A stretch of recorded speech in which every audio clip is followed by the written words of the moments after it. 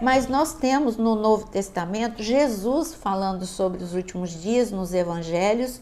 Nós temos também Paulo falando sobre o anticristo, o arrebatamento nas epístolas. Nós temos a epístola de Judas que fala sobre os últimos dias. Todas as epístolas falam dos últimos dias e chegando até Apocalipse, onde Jesus fala com João para que chegasse até nós tudo aquilo que Jesus anuncia para João. Bom, então Mateus capítulo 24 faz parte de vários ensinamentos que Jesus ele realizou quando ele subiu na sua última semana para Jerusalém, sua última semana de cumprimento profético, quando ele entregaria a sua vida por mim e por você. A entrada triunfal de Jesus está registrada em Mateus capítulo 21. Depois, em Mateus capítulo 22, ele começa a falar sobre os últimos dias.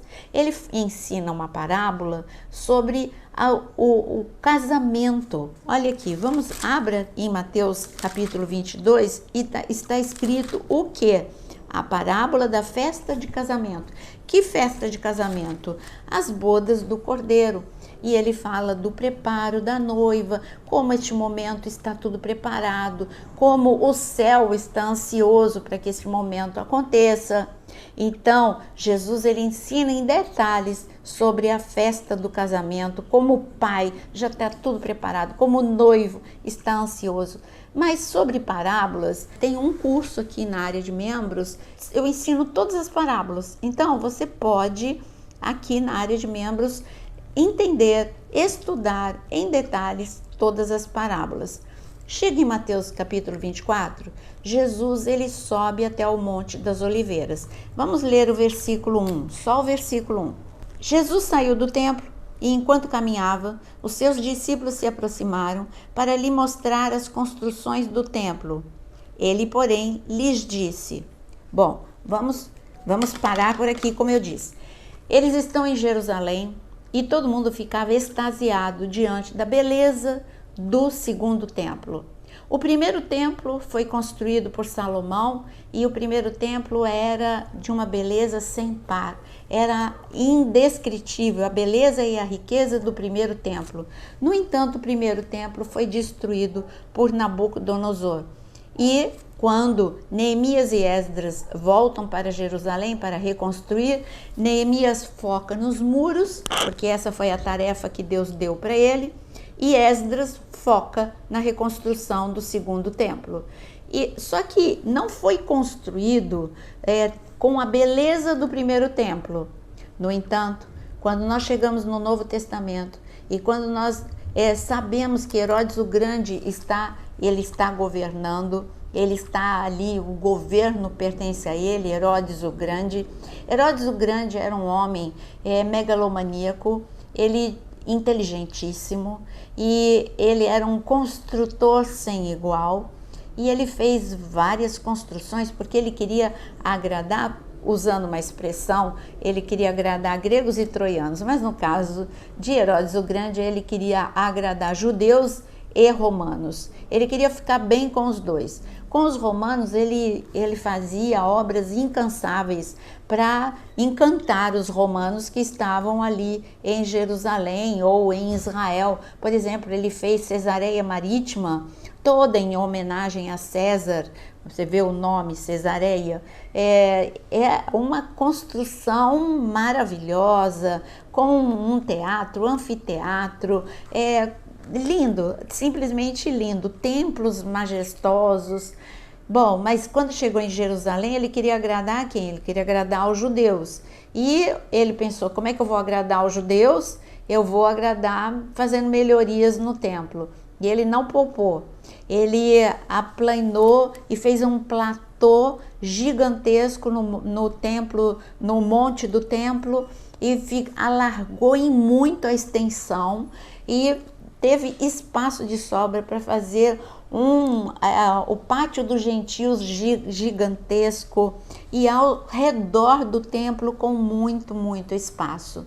Mas ele não se limitou só em ampliar o espaço do monte do templo, ele também fez melhorias para transformar o templo na sétima maravilha, uma das 7 maravilhas do mundo. E ele chamou 1000 sacerdotes, contratou 1000 sacerdotes e durante muito tempo eles ficaram, porque só sacerdote que poderia mexer no interior do templo. Então ele ali no interior do templo e no exterior, que ele usou mármore italiano, ele fez muitas melhorias. Conclusão, ficou uma obra admirada no mundo todo. Por isso que os discípulos de Jesus, que na grande maioria da Galileia, sempre que eles chegavam em Jerusalém, eles ficavam admirados com aquela construção linda. Quando você for para Israel, no Davidson Center, eles passam um filme que muito bem feito e que eles mostram um galileu subindo para Jerusalém para uma das festas e o quanto ele fica extasiado diante daquela beleza. E você se coloca no lugar dele e você entende os discípulos, porque aí aparece, você tem a sensação de que você está entrando em Jerusalém junto com aquele peregrino. Mas voltando para Mateus capítulo 24, no versículo 1, qual é a resposta de Jesus para os discípulos quando eles mostraram a beleza daquela construção? Jesus ele responde da seguinte forma: vocês estão vendo todas essas coisas? Em verdade lhes digo que não ficará aqui pedra sobre pedra que não seja derrubada. Jesus aqui ele respondeu com uma profecia. Aqui Jesus, ele anunciou o que vai acontecer literalmente no ano 70 depois de Cristo.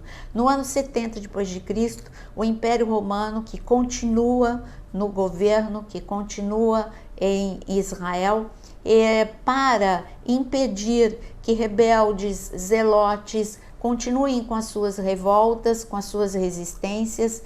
Eles que fizeram 2 resistências, uma em Massada e outra no templo, se refugiaram dentro do templo. Os romanos liderados por Tito, eles destruíram Jerusalém e queimaram Jerusalém e o templo.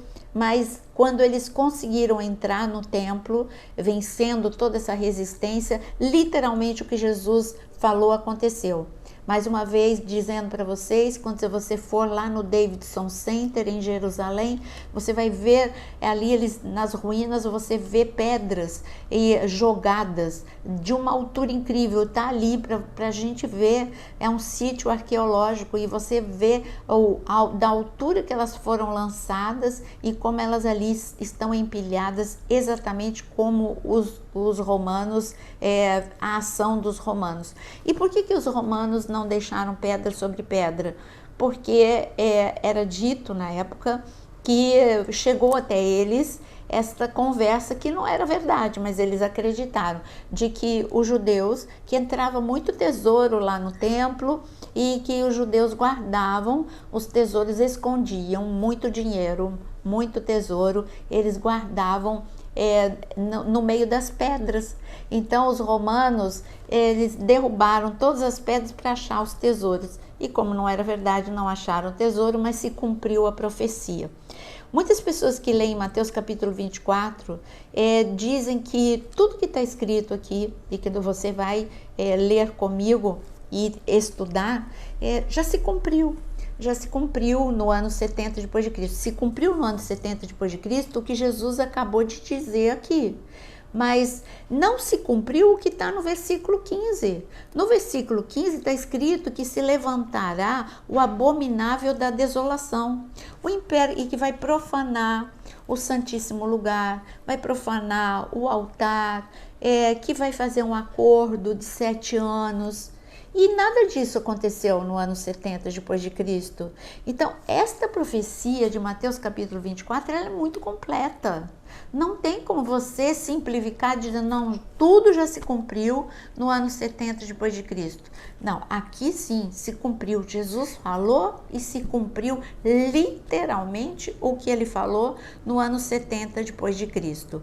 Mas aqui tem um detalhe ainda no versículo 1 e 2, que Jesus, ele sobe no Monte das Oliveiras para falar com os seus discípulos, e que eles saindo do templo, eu vou ler de novo para você, no versículo 1, Jesus saiu do templo e enquanto caminhava, eles mostraram. Agora, chega no versículo 3 e vê comigo, Jesus estava sentado no Monte das Oliveiras, quando os discípulos se aproximaram dele e em particular lhe pediram. Está vendo? O que nós vimos até agora, versículo 1 e 2, Jesus foi ensinando enquanto andava. Saíram do templo e estavam indo em direção ao Monte das Oliveiras. Quando Jesus estava em Jerusalém, quando ele estava na Galileia, ele gostava de ensinar à beira-mar, à beira do mar da Galileia. Não era o único lugar, mas um dos lugares preferidos de Jesus para ensinar enquanto na Galileia era a beira-mar. Quando você lê Mateus capítulo 13, você vê que ele fala à beira-mar, ele está ali com os seus discípulos. Mas quando ele estava em Jerusalém, ele gostava de ensinar no Monte das Oliveiras, por alguns motivos. Primeiro, está vendo a palavra monte? É monte mesmo. Então era um lugar agradável, com muitas oliveiras, portanto com muita sombra. Vocês sabem que ali é o Oriente Médio e faz muito calor. Então um lugar muito agradável para ensinar. O outro motivo é porque tinha uma visão privilegiada do Monte do Templo. Era uma visão muito bonita, você ficar Jesus ali ensinando e você vendo aquela construção espetacular de Herodes. Então, é isso mesmo. Agora, hoje, quando você sobe no Monte das Oliveiras, continua sendo um lugar mais fresquinho e continua sendo um lugar com uma visão linda para o Monte do Templo, a despeito de não ter mais o templo ali. E Jesus, ele começou a ensinar ali no Monte do Templo, no Monte das Oliveiras. Eu gosto muito, quando eu vou para Israel, eu gosto de levar os grupos ali para o Monte das Oliveiras, em um lugar específico, onde eu ensino também ali. Eu falo, ó, aqui é o local que Jesus ensinava, então eu estou aqui para mostrar para vocês qual era a sensação dos discípulos a ter uma visão privilegiada dessa. Mas chegando ao Monte do Templo, no versículo 3, Jesus estava sentado no Monte das Oliveiras, quando os discípulos se aproximaram dele e, em particular, lhe pediram: diga-nos, quando essas coisas vão acontecer? Que sinal haverá da sua vinda e do fim dos tempos? Então, os discípulos, eles fizeram, na verdade, duas perguntas. Quando isto vai acontecer? Aqui eles se referiam à destruição que Jesus estava falando no ano 70 depois de Cristo. Quando isso vai acontecer? Na verdade, Jesus não responde a primeira pergunta. E eles perguntam, porque Jesus não queria dar data. Olha, vai se cumprir, aguarde. É igual o que vai acontecer daqui a pouquinho. Eu vou para a cruz do Calvário. Então, aguarde, está anunciado há muito tempo. Então, aguarde, porque vai acontecer. Foi mais ou menos isso que Jesus falou com os discípulos. Agora, veja só o que a outra pergunta que eles fizeram, e que sinal haverá da sua vinda e do fim dos tempos? Aqui, se você quiser dividir em duas partes, qual o sinal da sua vinda e qual o sinal dos fim dos tempos, em duas perguntas, você pode, ou pode ser numa pergunta, ser só uma pergunta. Qual o sinal da sua vinda e do fim do tempo, tudo englobado em uma resposta só. Quando Jesus, ele começa a responder para os discípulos, a resposta de Jesus, ela está dividida, princípio das dores, que é do versículo 3 ao versículo, eu vou pegar aqui meu óculos para enxergar melhor, do versículo 3 ao versículo 14, Jesus fala sobre o princípio das dores. Do versículo 15 até o versículo 30, ele fala da grande tribulação. O versículo 32 a 34, ele fala de um sinal profético que é Israel, o renascimento de Israel. Do versículo 36 até o versículo 43, ele fala sobre como nós devemos nos comportar nos últimos dias. E quando chega no versículo 46 a 51, ele fala, é como se ele tirasse um retrato de como estariam as pessoas, qual é o comportamento das pessoas nos últimos dias. Você viu por que eu preciso dividir este vídeo em 3? Para que a gente possa ver com calma toda essa riqueza que Jesus nos deixou. Lendo novamente agora, depois da pergunta, qual é a resposta de Jesus no versículo 4? Jesus respondeu: tenham cuidado para que ninguém os engane, porque muitos virão em meu nome, dizendo eu sou o Cristo, enganarão a muitos, e vocês ouvirão falar de guerras e rumores de guerras. Fiquem atentos, não se assustem, porque é necessário que isso aconteça, mas ainda não é o fim. Porque nação se levantará contra nação, reino contra reino, haverá fomes e terremotos em vários lugares. Porém, estas coisas são os princípios das dores. Então é um bloco de sinais que Jesus chama, não é ninguém que estudou e vou colocar um nome. Jesus colocou o nome, princípio das dores. Estes sinais de princípio das dores, muitas pessoas dizem, tudo sempre aconteceu. Desde que Jesus morreu há 2000 anos atrás, ressuscitou, e desde que Jesus ressuscitou, sempre teve guerra, sempre teve terremoto, sempre teve, tudo isso que Jesus está falando, sempre teve. Sim, mas Jesus não está falando de algo assim. Teve a Primeira Guerra Mundial e um grande intervalo, Segunda Guerra Mundial, outro grande intervalo, tem um grande terremoto, tem catástrofes como de Pompeia e de tantas outras catástrofes que nós poderíamos enumerar aqui, e tantos terremotos que já aconteceram, inclusive em Israel, terremotos de uma magnitude incrível. Mas Jesus está falando, não, vai ter um momento que vai ser marcado por muitos acontecimentos ao mesmo tempo. Tudo vai acontecer ao mesmo tempo. Vai acontecer muitos terremotos, vai acontecer muitas guerras, muitos rumores de guerra, tudo ao mesmo tempo.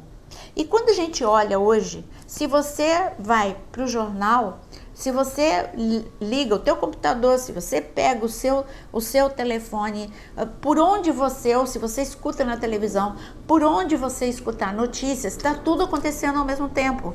Pandemia, paralisando o mundo todo. Quando você imaginaria que isso poderia acontecer?